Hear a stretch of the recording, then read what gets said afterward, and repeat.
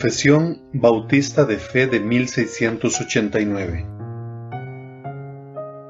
Capítulo 6. De la caída del hombre, del pecado y su castigo. Párrafo 1.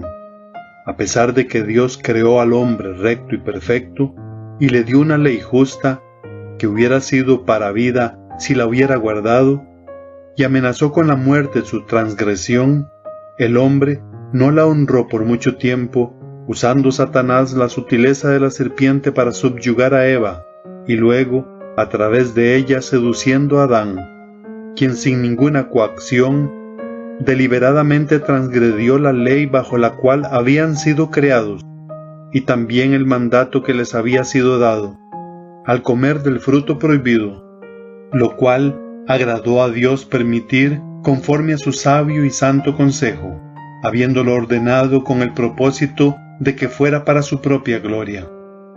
Párrafo 2. Por este pecado, nuestros primeros padres cayeron de su justicia y rectitud original y de su comunión con Dios, y nosotros en ellos, por lo que la muerte sobrevino a todos, viniendo a estar todos los hombres muertos en pecado, y totalmente corrompidos en todas las facultades y partes del alma y del cuerpo. Párrafo 3. Siendo ellos la raíz de la raza humana y estando por designio de Dios en lugar de toda la humanidad, la culpa del pecado fue imputada, y la naturaleza corrompida transmitida a toda la posteridad que descendió de ellos mediante generación ordinaria, siendo ahora concebidos en pecado, y por naturaleza hijos de ira, siervos del pecado, sujetos a la muerte y a todas las demás desgracias, espirituales, temporales y eternas, a no ser que el Señor Jesús los libere. Párrafo 4. De esta corrupción original, por la cual estamos completamente indispuestos, incapacitados y opuestos a todo bien y enteramente inclinados a todo mal, proceden en sí todas las transgresiones. Párrafo 5. La corrupción de la naturaleza permanece durante esta vida en los que son regenerados, y, aunque aquella sea perdonada y mortificada por medio de Cristo, ella misma y sus primeros impulsos son verdadera y propiamente pecado.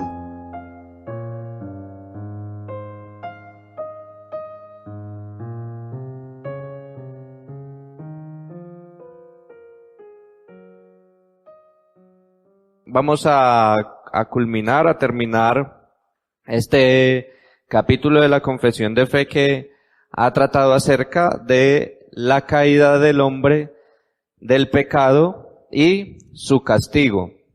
Entonces, lo que el párrafo ha tratado es que el hombre fue creado recto o perfecto, que en un primer momento éramos rectos, perfectos.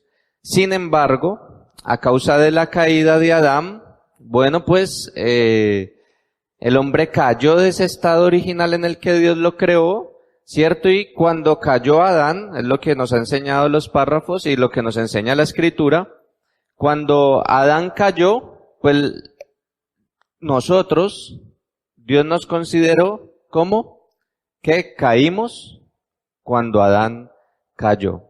Pecamos cuando Adán pecó. Eso es lo que ha mostrado los párrafos. Ahora, ¿cuál es el resultado? ¿Cuáles son los resultados de ese primer pecado de Adán? Bueno, el pecado original sería el resultado, ¿cierto? Es el pecado original que el capítulo también se encarga de decirnos que el pecado original no es el primer pecado, como muchas veces se entiende, ¿no?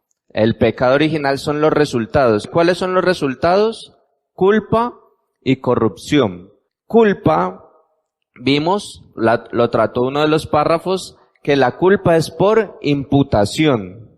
Por lo tanto, la justicia en Cristo también es por imputación. Se nos considera culpables en Adán, ¿verdad?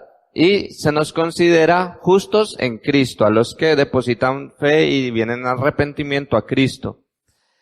Y la otra parte es la corrupción, que heredamos la corrupción. Y dijimos que era orgánica, que a diferencia de la imputación o de la culpa que es federal, la corrupción es orgánica, que se transmite, dice uno de los párrafos, por generación ordinaria. ¿Qué vamos a tratar el día de hoy?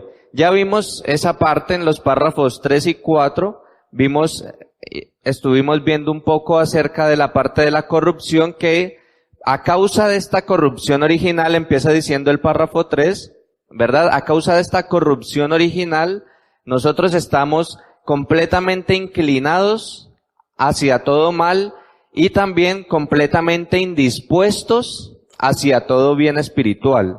Inclinados al mal, indispuestos hacia todo bien espiritual. Perfecto. Ahora, pregunta, ¿qué pasa con el creyente? ¿Qué pasa con el creyente? Bueno, como decía hace un momento, la justicia de Cristo es imputada. Pero ¿qué sucede con la corrupción? ¿Desaparece del creyente?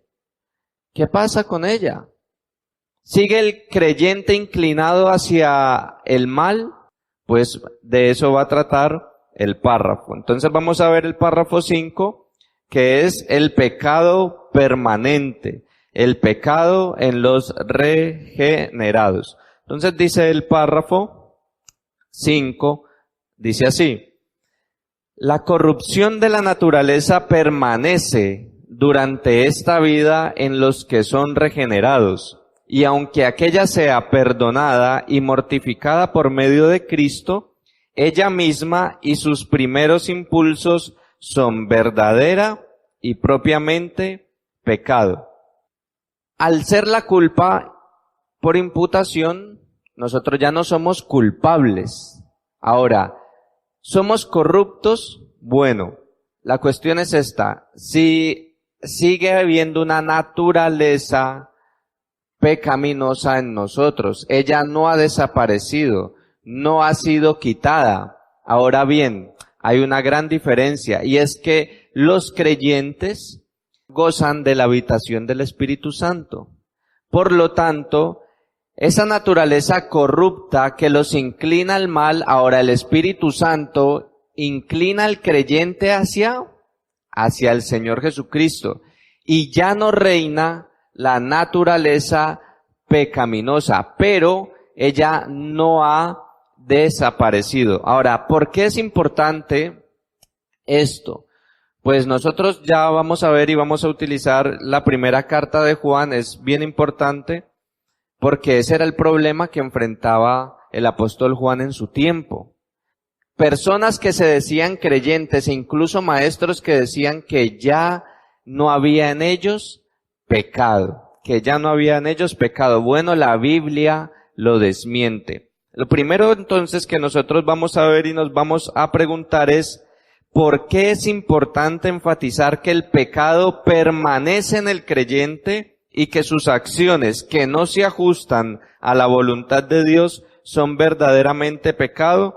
¿Por qué es importante? Por dos cosas, para desenmascarar dos asuntos. El primero, el antinomianismo, para desenmascarar el error del antinomianismo. ¿Qué es el antinomianismo? Bueno, anti de contra, y la otra parte, nomianismo, que sería con el ismo, viene de la primera parte, la raíz es nomos, que es ley. Entonces, antinomianismo es como contra la ley de Dios. Y el antinomianismo tiene varias vertientes, pero lo que vamos a enfatizar acá en este punto y que vemos en la carta de Juan es que para desenmascarar el error del antinomianismo vamos a enfrentarnos a aquellos que dicen: en mí ya no hay pecado.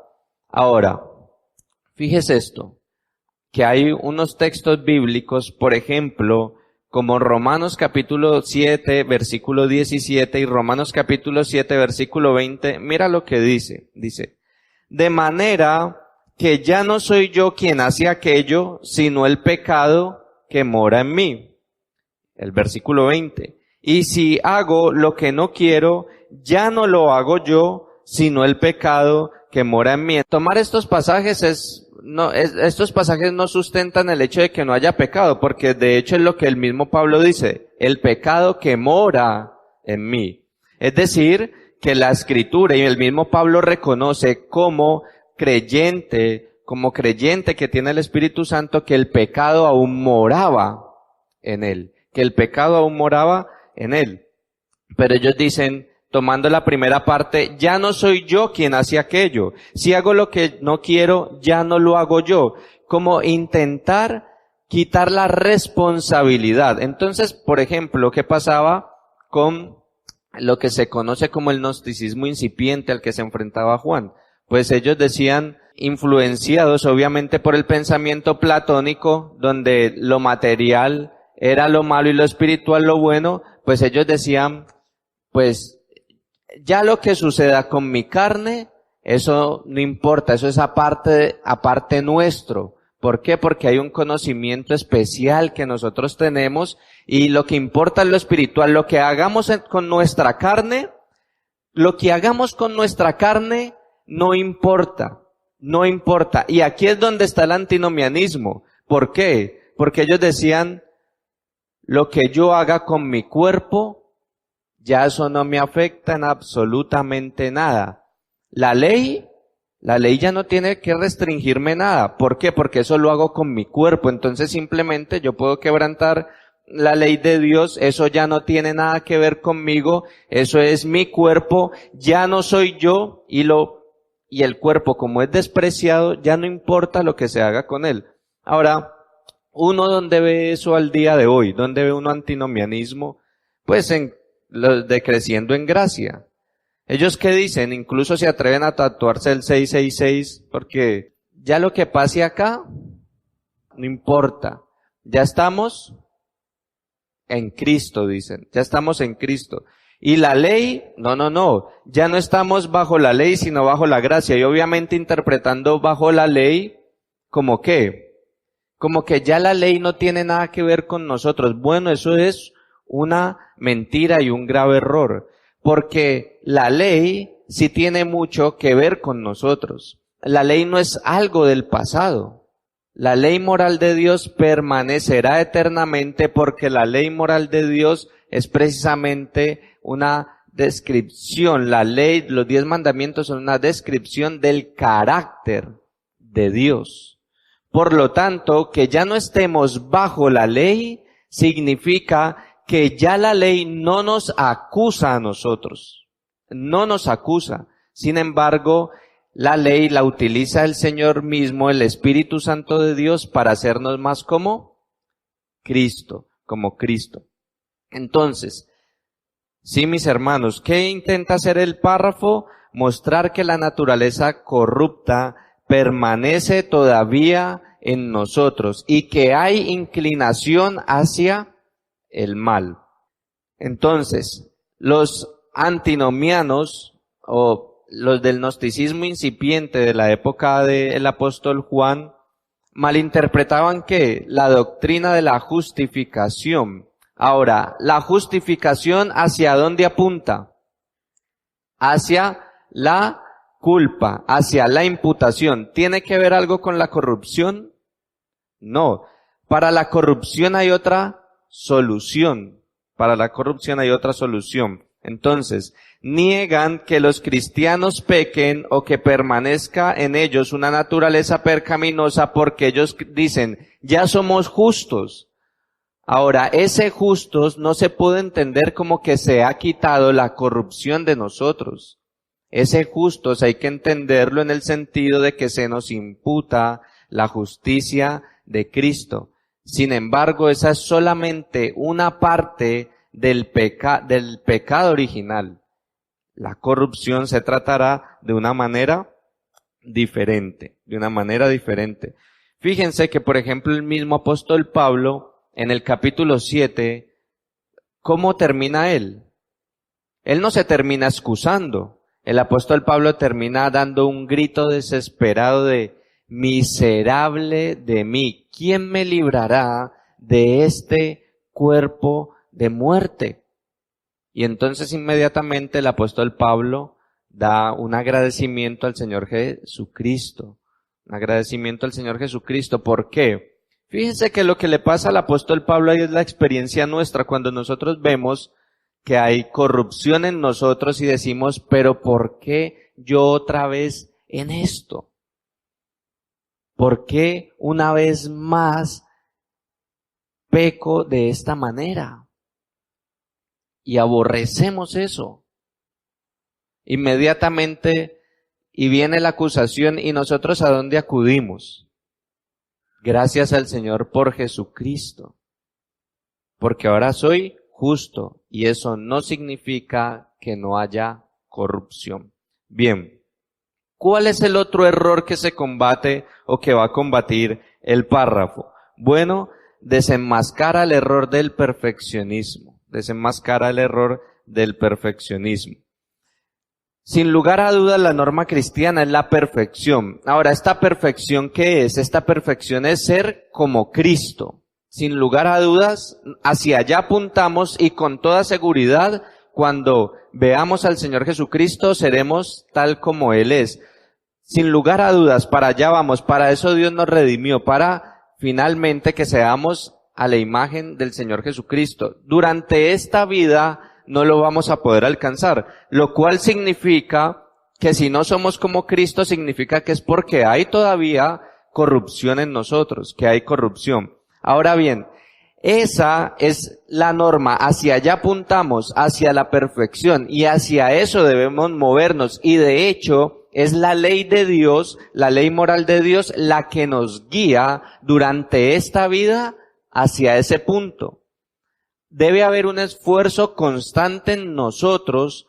¿Por qué? Por obedecer la ley como algo gozoso. ¿Por qué? Porque ella ya no nos condena, pero ella es el medio que el Señor utiliza para volvernos como Cristo. Por lo tanto, la ley se vuelve para nosotros un gozo y un deleite, porque es con ella que sabemos, bueno, ¿y cómo yo puedo ser como Cristo? Es algo que nosotros definamos como algo subjetivo. No, ahí está la ley, que ella es la que nos va a guiar para que seamos como Él. Entonces, la norma cristiana sin duda es la perfección. Vemos en Mateo capítulo 5, versículo 48, dice, sed pues vosotros perfectos como vuestro Padre que está en los cielos es perfecto.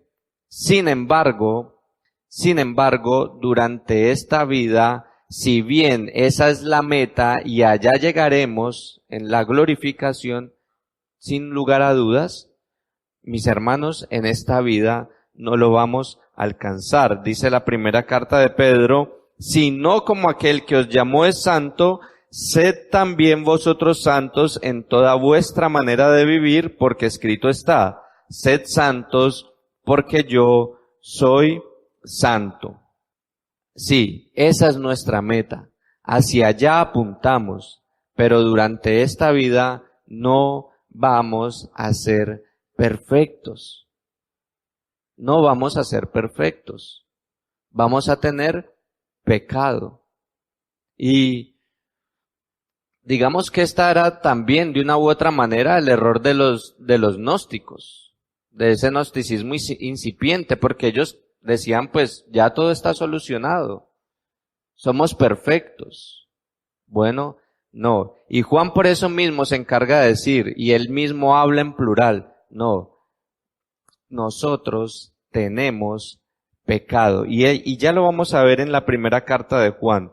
Mira cómo él dice, primera carta de Juan capítulo 1 versículos 7 al 10. Pero si andamos en luz, como Él está en luz, tenemos comunión unos con otros, y la sangre de Jesucristo su Hijo nos limpia de todo pecado. Si decimos que no tenemos pecado, nos engañamos a nosotros mismos y la verdad no está en nosotros.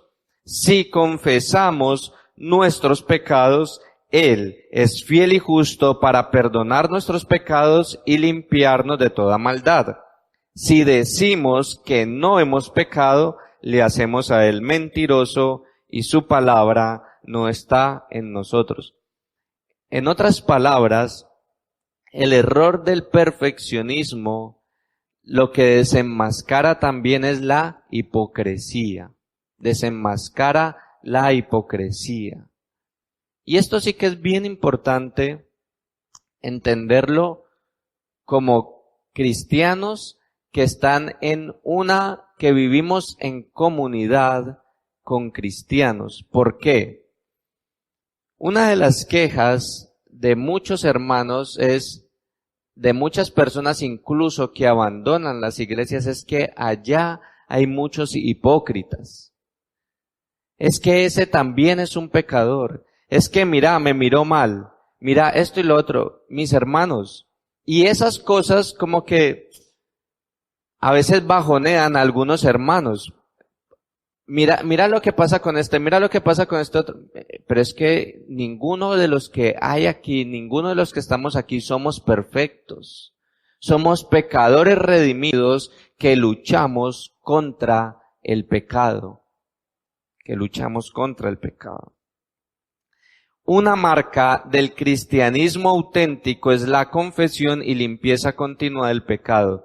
Si bien pecamos, ojo, una marca de los creyentes, de los verdaderos creyentes, es que continuamente se saben pecadores y vienen delante del Señor Jesucristo a buscar su misericordia, a buscar el perdón y la limpieza de sus pecados. Vamos a seguir aquí en este texto de Juan. Uno creería, bueno, ¿será que Juan se está refiriendo a aquellos que escribe como que tienen pecado? No, él mismo como apóstol de Jesucristo, como hombre que el Espíritu Santo utilizaba para escribir la palabra, él se refiere en primera persona. Él no les dice, si ustedes confiesan sus pecados, no. Fíjate que él siempre se incluye. Si decimos que no tenemos pecado, nos engañamos a nosotros mismos y la verdad no está en nosotros. Si confesamos, incluyéndose él, nuestros pecados, él es fiel y justo para perdonar nuestros pecados y limpiarnos de toda maldad.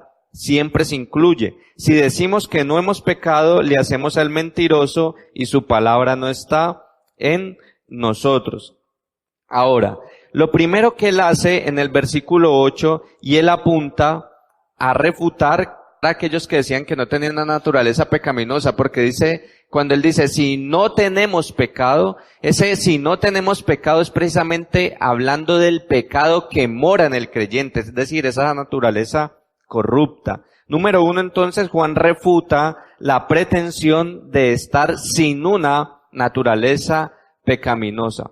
Ahora, esto, además de desenmascarar el error del perfeccionismo y la hipocresía, lo que hace es, incluso esto, traer una paz al creyente. Ahora, ¿cómo puede el hecho de saber que todavía hay corrupción y pecado en mí traer paz? Es como extraño, pero trae paz en un sentido. ¿Por qué? Porque cuando uno peca, ¿qué es lo que viene inmediatamente? La acusación. Ahora, imagínate si la norma fuera, que la norma es la perfección, pero si lo que se predicara es que el que no es perfecto no es creyente, ¿cómo nos pondría esto a nosotros? Cada día estaríamos ¿cómo? En una situación desesperada. Ahora, aquí está el punto. ¿Trae eso una paz que permite que el creyente abandone su vida en pecado? No, todo lo contrario. Si bien trae una paz de saber, ¿y por qué hago esto? ¿Por qué peco? ¿Por qué todavía hago esto que Dios detesta y que incluso yo mismo aborrezco? Y que me aborrezco por hacerlo.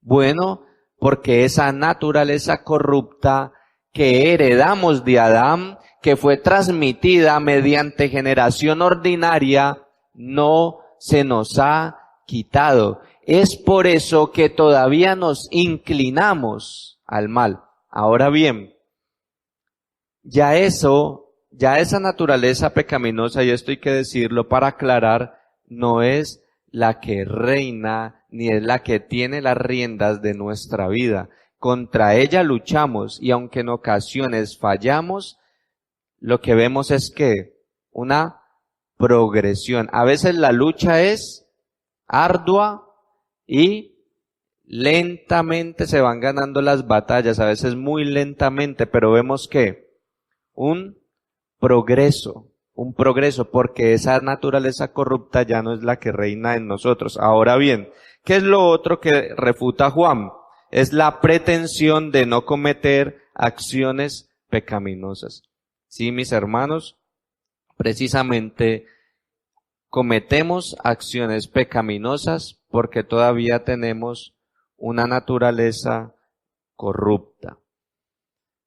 Dice el párrafo, volvamos a leerlo. La corrupción de la naturaleza permanece durante esta vida en los que son regenerados, y aunque aquella sea perdonada y mortificada por medio de Cristo, ella misma y sus primeros impulsos son verdadera y propiamente pecado.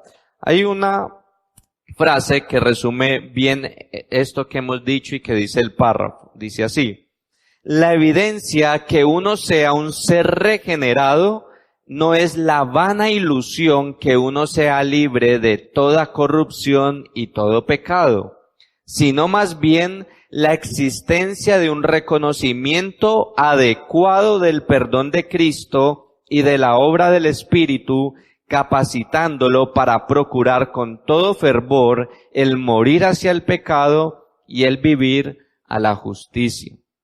Entonces, mis hermanos, este párrafo lo que nos pone a nosotros es en contexto.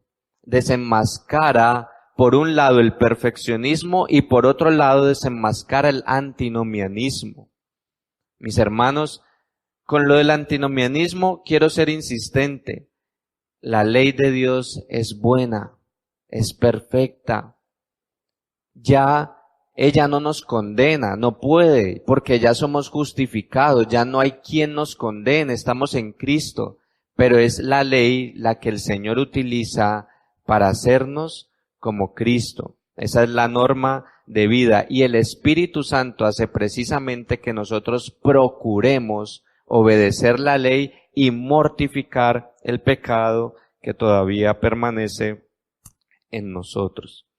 Lo que vemos, y vamos a leer unos pasajes brevemente mostrando cómo precisamente lo que Juan enseña no es algo aparte, sino que lo vemos a lo largo de la Escritura, tanto en el Antiguo como en el Nuevo Testamento. ¿Qué? Que los creyentes pecan, que la naturaleza corrupta continúa.